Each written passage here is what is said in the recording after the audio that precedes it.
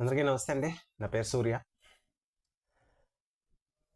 జనసేన 21 సీట్లలో టీడీపీకి ఎన్ని సీట్లు ఇస్తున్నారు అని చెప్పి ప్రచారం చేస్తున్నారు బాగా సోషల్ మీడియా.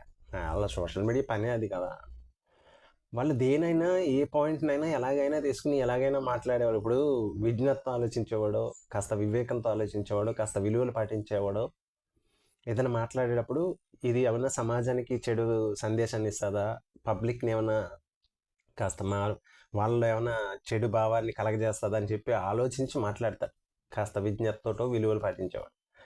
ఏమీ లేనివాడు ఏమైనా మాట్లాడతాడు కదా. ఏముంది ఇప్పుడు ఈ అన్నీ వదిలేసినాడు ఏం చేస్తాడు, దేన్ని ఎలాగైనా వాడుకుంటాడు. ఇప్పుడు పార్టీలు ఆ పార్టీలు ఈ పార్టీలు ఈ పార్టీలు ఆ పార్టీలోకి మారుతూ ఉంటారు. కానీ ఆ క్యారెక్టర్, ఆ వ్యక్తి ఎటువంటి వాడు అనే దాన్ని బట్టి ఉంటుంది అంతే. ఇప్పుడు కాస్త మంచోళ్ళని జనసేనలో జాయిన్ చేసుకుంటున్నారు, మిగతా వాళ్ళని వద్దంటున్నారు వెళ్తున్నా కూడా. వైసీపీ అలా కాదు కదా. ఎవరన్నా చేసి ఎవరో అది చిన్ని పేరేంటి, కేసినేని నాని అతను మరి చాలా ఉత్తముడు కదా. అలాంటి వాళ్ళని జాయిన్ చేసుకుని ఎంపీ పదవులు ఇస్తూ ఉంటారు. టీడీపీ నుంచి వచ్చి టీడీపీ కోర్టుని జాయిన్ చేసుకున్నారు. మరి చాలామంది ఉన్నారు, ఇంకా జాయిన్ అయినట్టున్నారు. ఆ తర్వాత ఇక్కడ మన రాజోల దగ్గర అతను జాయిన్ చేసుకున్నారు, ఎమ్మెల్యే. అతని పేరు ఇప్పుడు ఐడియా రావట్లేదు. రాజుల దగ్గర అతను టీడీపీ అతనికి సీట్ రాలేదని అతను కూడా వెళ్ళి వైఎస్ఆర్సీపీలో జాయిన్ అయ్యాడు. సో అవన్నీ వాళ్ళకి అవసరంలా. ఇప్పుడు వైసీపీలో ఉన్న ఈ సోషల్ మీడియాలో కానీ కొంత కుర్రోళ్ళు కానీ వాళ్ళు ఏంటంటే ఆల్రెడీ పాపం ఈ చూసి చూసి మారిపోయారు, వాళ్ళలో కలిసిపోయారు కొంతమంది. పార్టీలో అటు నుంచి ఇటు నుంచి వైఎస్ఆర్సీపీ వాళ్ళు కూడా జాయిన్ అయ్యారు చాలామంది. దాని గురించి అవసరంలా. పవన్ కళ్యాణ్ అనే వ్యక్తి ఇప్పుడు పార్టీని ఎలా నడపాలా అనేది అతనికి తెలుసు. అతను మీకంటే మీ జగన్ గారి కంటే మీ జగన్ గారు మాట్లాడటానికి 4 సార్లు చూసుకోవాలి పేపర్, లేకపోతే నోట్లోంచి మాట కూడా రాదు అతనికి. పవన్ కళ్యాణ్కి అలాగ అవసరం లేదు. మెయిన్ పాయింట్స్ రాసుకుంటాడేమో, మెయిన్ పాయింట్స్ ఎవరైనా రాసుకుంటారు. మెయిన్ పాయింట్స్ రాసుకుంటే దాని స్ట్రైక్ ఈ పాయింట్ అని గుర్తుంటుంది. అంతేగాని ఎవరో అంత ఇది ఉండదు. అసలు మీ పేపర్ మొత్తం చదివితే కానీ రాదు కదా. కంప్యూటర్ కోర్స్ ఏంటంటే బేకప్ అనే టైప్ మనోడు. అంత ఉత్తమ సీఎం అది పవన్ కళ్యాణ్ అనే వ్యక్తికి చాలా నాలెడ్జ్ ఉంది. నేను అనేది నాలెడ్జ్కి స్టడీకి చాలా తేడా ఉంది. ఎడ్యుకేషన్ వేరు, నాలెడ్జ్ వేరు కదా. అది తెలియని వాళ్ళకి నేను చెప్పలేను, అర్థమయ్యే వాళ్ళకి అర్థమవుతుంది అంతే. అంటే కొంచెం అర్థం చేసుకునే వాళ్ళకి చెప్తున్నాను అంతే తప్ప నాకు అవసరం లేదు దాంతో అనే వాళ్ళకి నేను చెప్పట్లా. నాలెడ్జ్ వేరు, ఎడ్యుకేషన్ వేరు. ఎడ్యుకేషన్ లేకపోయినా ఎడ్యుకేషన్ అనేది ఓన్లీ జాబ్ పర్పస్ అంతే.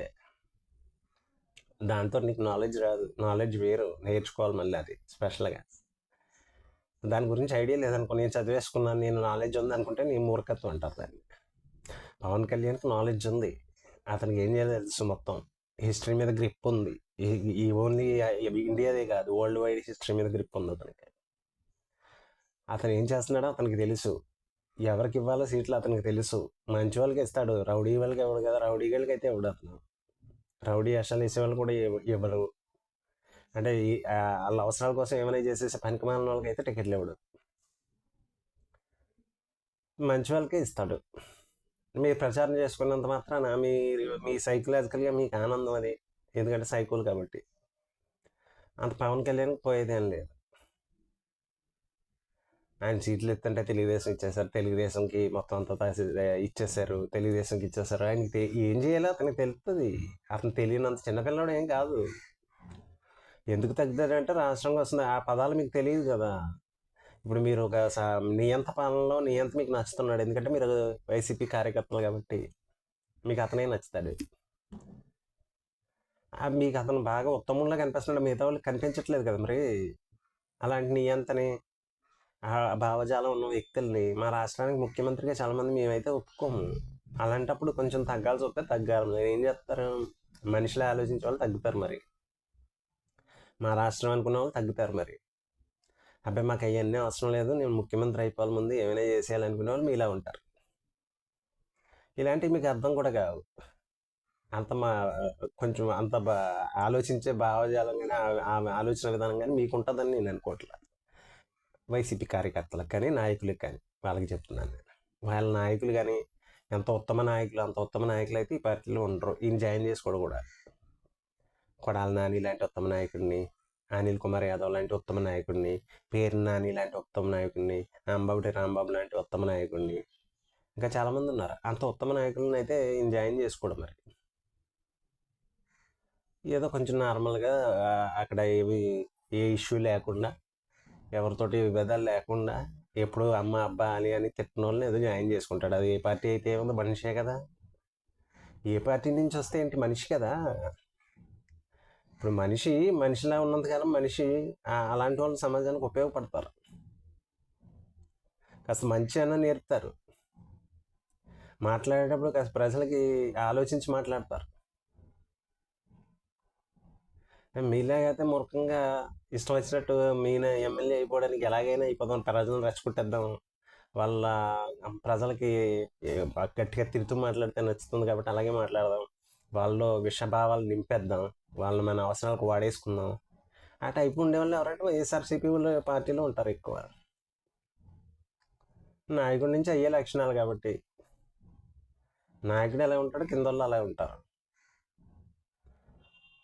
సో పవన్ కళ్యాణ్కి మీరు చెప్పక్కర్లేదు, ఆయనకి ఎవరికి సీట్లు ఇవ్వాలో అతనికి తెలుసు. అతను ఎవరికి సీట్లు ఇవ్వాలో, ఎలాంటి వ్యక్తులకి సీట్లు ఇవ్వాలో, ఎటువంటి క్యారెక్టర్ ఉన్న వ్యక్తులకి సీట్లు ఇవ్వాలో అతనికి తెలుసు. దాంట్లో ఎవరు రౌడీలు ఉండరు.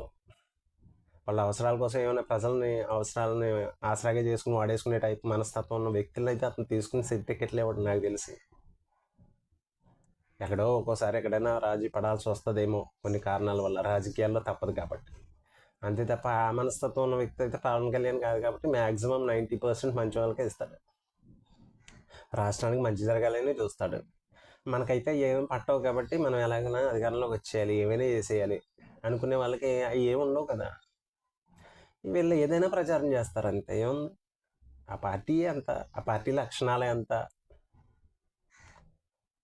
ఓకే అండి, వాళ్ళు అలాగే ప్రచారం చేస్తారు, ప్రతిదీ పట్టుకుని ప్రచారం చేస్తారు. వాటిని వదిలేయండి, మీరు రూట్ లెవెల్ వెళ్ళి ప్రచారం చేయండి. పార్టీ ఓటు ట్రాన్స్ఫర్ అవ్వడానికి 99% ట్రాన్స్ఫర్ అవ్వడానికి ఏం చేయాలో చేయండి. ఇవన్నీ వదిలేసి, టికెట్లు ఈ గోళ వదిలేసి వెళ్ళి ఆ టీడీపీ వాళ్ళు ఓట్ షేర్ ఎలా ట్రాన్స్ఫర్ అవ్వాలి, జనసేన అంటే జనసేన ఓట్ షేర్ ఎలా ట్రాన్స్ఫర్ అవ్వాలి అని ఈ మాట్లాడడం మానేయండి. అవ్వదు. ఎవరు ఓట్ షేర్, కొంతమంది ఫేక్ అకౌంట్ వాళ్ళు కామెంట్లు అవి పెడతా ఉంటారు, వాటి గురించి పట్టించుకోకండి. వాళ్ళ ఫేక్ అకౌంట్, వాడి పేరు చెప్పుకున్నాడు ఎదవగడు, అసలు వాడి పేరు కూడా చెప్పుకోలేని ఎదవ మాటకి విలువ ఉంటుందా? వాడి మాటను అసలు పట్టించుకోవచ్చా? వాడు దొంగ పేర్లు పెట్టుకుని ఫేక్ అకౌంట్లో వాళ్ళు అసలు పేరే పెట్టుకోలేడు వాడు, వాళ్ళ అమ్మ నాన్నలను అవమానపరుస్తున్నట్టు. సరే అండి, ఓకే.